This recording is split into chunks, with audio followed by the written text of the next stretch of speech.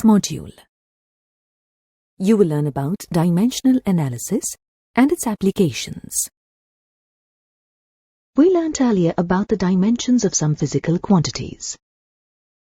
The dimensions of a physical quantity are the powers or the exponents to which the base quantities are raised to represent that quantity. An expression for a physical quantity in terms of its base quantities is called the dimensional formula. An equation which equates the quantity with its dimensional formula is called the dimensional equation. We will now learn about the uses of these dimensional formulae and dimensional equations. We know that a dimensional equation is the equation among the dimensions of a quantity and not among the magnitudes. Thus, when we write L plus L as shown, we mean length added to length. So we get length again. It is not 2 times L as we are not adding the magnitudes of the length.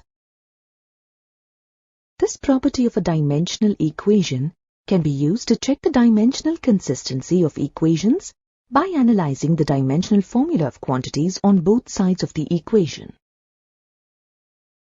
For example, consider the motion of a body moving with an initial velocity u and uniform acceleration a, having made a displacement s in a time interval t.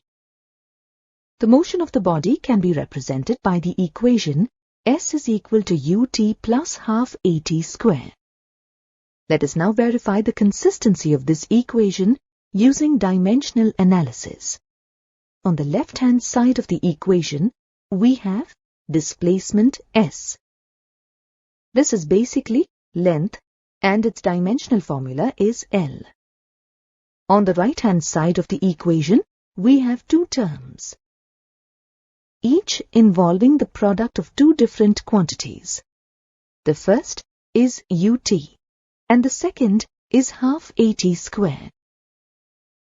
When the magnitudes of 2 or more physical quantities are multiplied, their dimensions are also treated in the same manner as done with ordinary algebraic symbols. In this case, in the first term, it is the product of velocity and time. The product of the dimensions of these quantities is Lt power minus 1 into t, as shown. On simplification, we get L.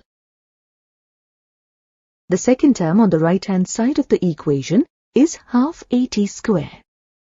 Half is a constant and thus does not have any dimensions. In the first term, it is the product of acceleration and time square. The dimensions of A are Lt power minus 2 and that of t are t.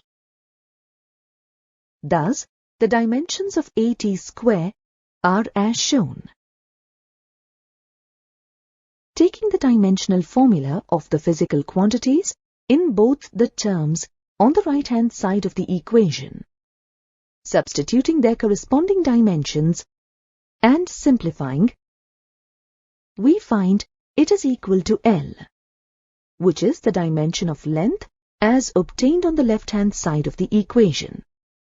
Thus, the dimensions of the quantities on both sides of a given equation are the same.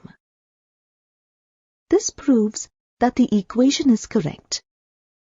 It is very important to note that physical quantities represented by symbols on both sides of a mathematical equation must have the same dimensions.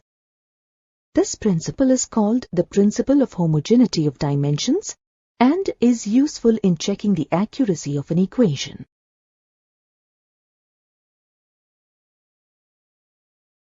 This principle can also be used to derive expressions for physical quantities if the other quantities on which it depends are mentioned. For example, we can derive an expression for the time period of a simple pendulum. assuming that its time period t depends on the length, mass of the pendulum, and the acceleration due to gravity at a given place. Let us take the constant of proportionality k as 2 pi.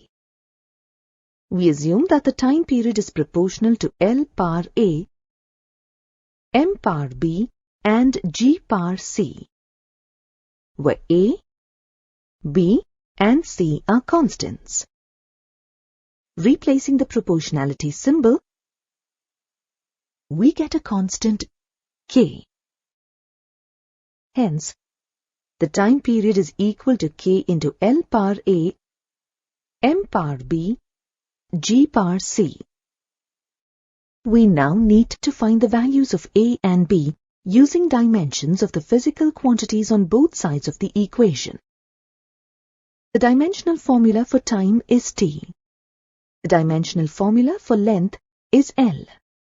The dimensional formula for mass is M. The dimensional formula for acceleration due to gravity is Lt power minus 2.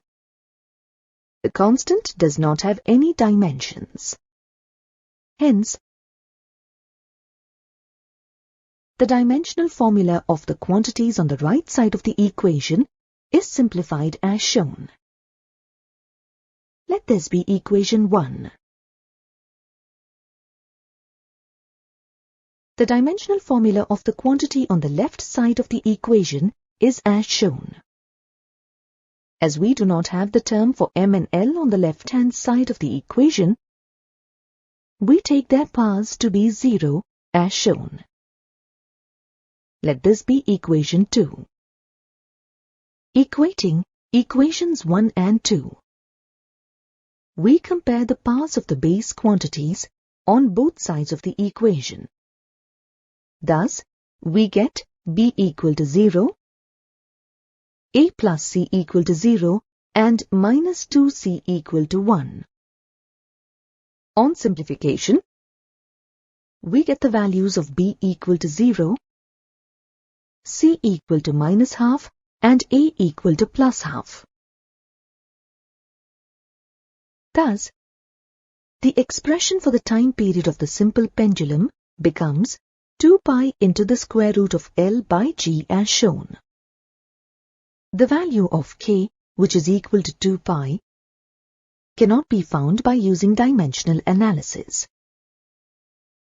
However, this method cannot be applied to derive equations where addition or subtraction of different terms is involved. For example, we cannot derive the equation S is equal to ut plus half at square using dimensional analysis, even though we checked its dimensional consistency. Dimensional equations can be used to convert units of a given physical quantity from one system to another, and to thus find the conversion factor. For example, consider the physical quantity force. The dimensional formula of force is mLt power minus 2. The SI system of unit of force is Newton, and its CGS unit is dyne. Hence, 1 Newton is equal to 1 kilogram into 1 meter into 1 second power minus 2. Similarly, 1 dyne is equal to 1 gram into 1 centimeter into 1 second power minus 2. Now, we divide 1 Newton by 1 dyne and then find the ratio of Newton to dyne as shown. Thus, 10 power 5 is the conversion factor to convert Newton to dyne. Dimensions are generally used as a basic test to check the consistency of an equation, where there is a doubt regarding its correctness. However, this test cannot be completely relied upon, especially in the case of dimensionless quantities or functions. Dimensionless constants cannot be obtained by this method. For example, the arguments of some dimensionless functions, such as trigonometric, logarithmic, and exponential functions cannot be obtained using dimensional analysis. The ratio of similar quantities results in a pure number, which is again dimensionless. For example, angle is the ratio of arc length to radius, which is length divided by length. Absolute refractive index of a medium is the ratio of the speed of light in a vacuum to that in a given medium, which is the ratio of speed to speed.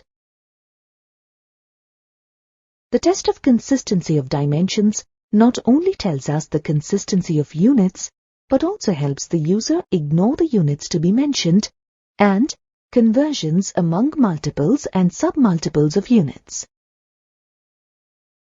If an equation is put to the consistency test using dimensional analysis, and if the equation fails, it means that the equation is proved incorrect.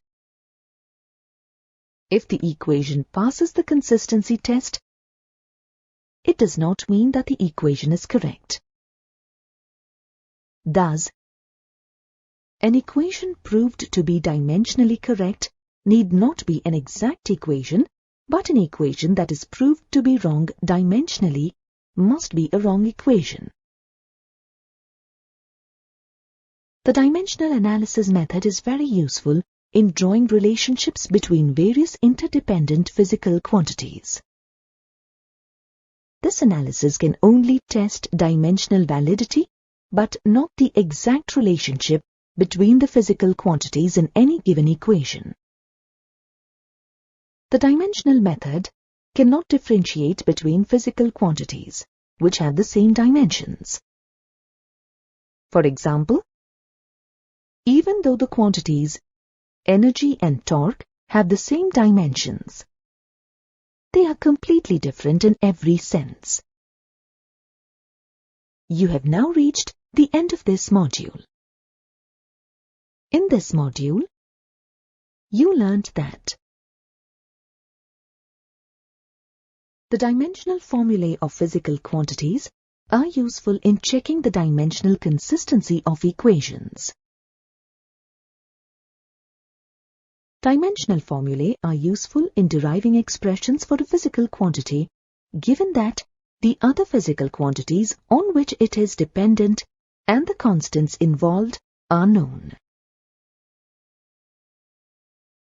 Dimensional formulae are used to find the conversion factors for a unit of a physical quantity from one system to another.